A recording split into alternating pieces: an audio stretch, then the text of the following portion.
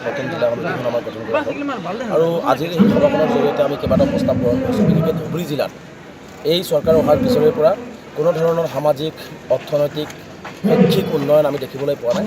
কেৱল ধুবুৰী জিলাবাসীক প্ৰতাৰণা কৰা হৈছে। ইয়াত মেডিকেল কলেজ দিয়াৰ কথা আছিলে, ইয়াত স্থাপন নহ'ল।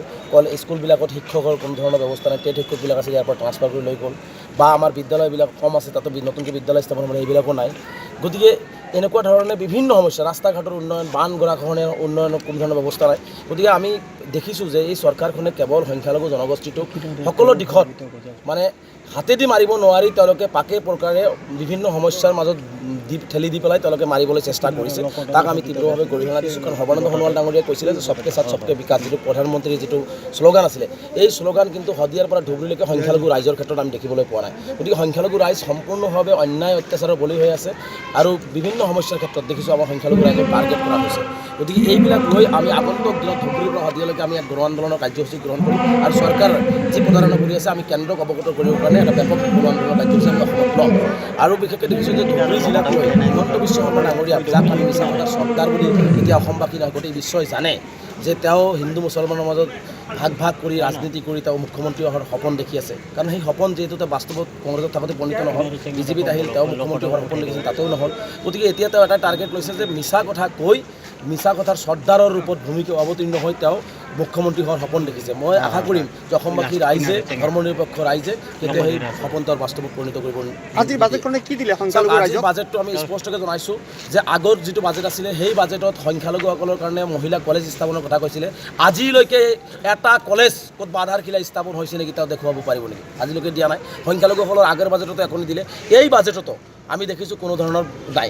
আচল কথা হৈছে যে বাজেট দুটা তিনিটাকৈ বাজেট আহিল, কিন্তু আমাক কোনো ধৰণৰ সংখ্যালঘু ৰাইজৰ উন্নয়নৰ কাৰণে কোনো পেকেজ, আগতে যেনেকুৱা ধৰণৰ পেকেজ আহিছিল সংখ্যালঘুসকলৰ কাৰণে চহৰ ডেভেলপমেণ্টৰ কাৰণে বা বিভিন্ন উন্নয়নৰ কাৰণে আহিছিলে, সেই পেকেজসমূহ সম্পূৰ্ণভাৱে কাটি দিছে হিমন্ত বিশ্ব শৰ্মা ডাঙৰীয়াই। গতিকে আমি দেখিছোঁ যে পাকে প্ৰকাৰে আমাক পেটে ভাতে মাৰাৰ তেওঁলোকে ষড়যন্ত্ৰ ৰচনা কৰি আছে। গতিকে এই বাজেটটো সম্পূৰ্ণ সংখ্যালঘু বিদ্বেষী বাজেট।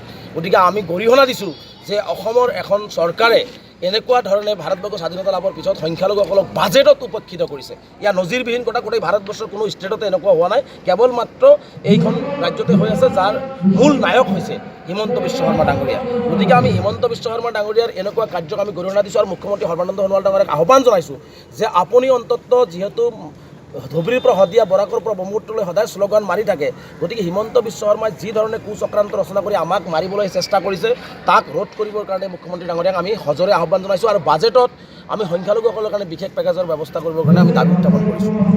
সময়ত যেনেকৈ আমি অসমীয়া ভাষাৰ ৰক্ষাৰ নামত যেনেকৈ নিজকে শ্বহীদ হৈছিলোঁ, আমাৰ মানুহ শ্বহীদ হৈছিলে, এইবাৰো দেখিছে নাগৰিকত্ব সংশোধনী বিলৰ বিৰুদ্ধে যি ধৰণে আমি ওলাই আহিছোঁ, অসমৰ সংখ্যালঘু ৰাইজ ওলাই আহিছে, অসমৰ ভাষা সংস্কৃতি ৰক্ষাৰ নামত বংগীয় মূলৰ মুছলমানসকলে যি ভূমিকা গ্ৰহণ কৰিছে, গতিকে তেওঁলোকৰ যিটো ষড়যন্ত্ৰ আছিল বাংলাদেশীক ইয়াত সংস্থাপিত কৰিব, এইটো আমাৰ বাধাৰ কাৰণে তেওঁলোকে হৈ থাকিব পৰা নাই বুলি তেওঁলোকে অনুভৱ কৰি এতিয়া আমচুক টাৰ্গেট কৰি লৈছে। এতিয়া বিধানসভাতো টাৰ্গেট আৰম্ভ কৰিছে, হয়তো পচিৰে হয়তো সৰ্বানন্দ সোণোৱালে কোনো এমপিৰ জৰিয়তে পাৰ্লিয়ামেণ্টতো টাৰ্গেট কৰিব। গতিকে আমি তেওঁলোকৰ টাৰ্গেট বা তেওঁলোকৰ ভাবুকিক আমি কেৰেপ নকৰোঁ আৰু কোনোদিনো কৰা নাই। আমি কথা হৈছে আমি এইখন অসমৰ অসমীয়াক আৰু চাৰ্টিফিকেট লৈ আমি ইয়াত জীয়াই থকা নাই। আমি অসমৰ ভাষা সংস্কৃতি ৰক্ষাৰ নামত সি বংগীয় মূলেই হওক, দেশী জাতীয় গৰিয়া মৰিয়া যি আছে, আমি ধৰ্মীয় সংখ্যালঘুসকল সকলোৱে একত্ৰিতভাৱে আমি যিদৰে আগতেও আন্দোলন কৰি অসমীয়া ভাষা ৰক্ষা কৰিছিলোঁ, অসমীয়া সংস্কৃতি ৰক্ষা কৰিছিলোঁ, আৰু ইয়াতকৈ অধিক ভয়াৱহ আন্দোলন কৰি হ'লেও অসমীয়া জাতি ৰক্ষা আমি কৰি যাম। সৰ্বানন্দ সোণোৱালে কৈ থাকে যে পূৰ্ববংগীয় মুছলমান আৰু বাংলাভাষী মুছলমান, এইখিনি তেওঁক কি ক'ব বিচাৰে? চাওক, বিজেপি সদায় ভাগ ভাগৰ ৰাজনীতিৰেই গোটেই ভাৰতবৰ্ষত ৰাজনীতি কৰি আহিছে। হিন্দু মুছলমানৰ নামত ৰাজনীতি কৰিছে, মন্দিৰৰ নামত ৰাজনীতি কৰিছে, মছজিদৰ নামত ৰাজনীতি কৰিছে। গতিকে তেওঁলোকৰ এটা চব টাৰ্গেট হৈছে যে মানুহবিলাকক কেনেকৈ ভাগ বতৰা কৰিব পাৰি। আজি শদিয়াৰ পৰা ধুবুৰীলৈকে ধৰ্মীয় সংখ্যালঘুসকল একত্ৰিতভাৱে আন্দোলন কৰিছে আমচুৰ নেতৃত্বত। গতিকে তেওঁলোকে ভাবিছে যে যি ধৰণে তেওঁলোকে একত্ৰিতভাৱে আন্দোলন কৰিছে, এই আন্দোলনত চৰকাৰে ভয় খাইছে, গতিকে তেওঁলোকৰ মাজত ভাগ বতৰা কৰিব লাগে। আমি আশাবাদী যে ধুবুৰীৰ পৰা শদিয়ালৈকে কোনো ধৰ্মীয় সংখ্যালঘু ৰাইজৰ উন্নয়ন চৰকাৰে কৰা নাই, কোনো সংখ্যালঘু ৰাইজৰ তেওঁলোকে হকে কাম কৰা নাই। গতিকে আমাৰ মাজত কোনো ভাগ বতৰা কৰিব নোৱাৰে। আমি ধৰ্মীয় সংখ্যালঘুসকলে বিশেষকৈ অসমৰ অন্য জাতি জনগোষ্ঠীৰ লগত খোজ মিলাই অসমখন ৰক্ষা কৰাৰ কাৰণে আমি একত্ৰিতভাৱে আগবাঢ়ি যাওঁ। তেওঁলোকৰ চক্ৰান্তত আমি ভৰি নিদিওঁ আৰু তেওঁলোকৰ চক্ৰান্ত কোনো পদ্ধতিতে অসমত সফল নহয়। লোকসভা নিৰ্বাচন আহি আছে, ইয়াত কিবা প্ৰত্যুত্তৰ পাবনে বিজেপি চৰকাৰে?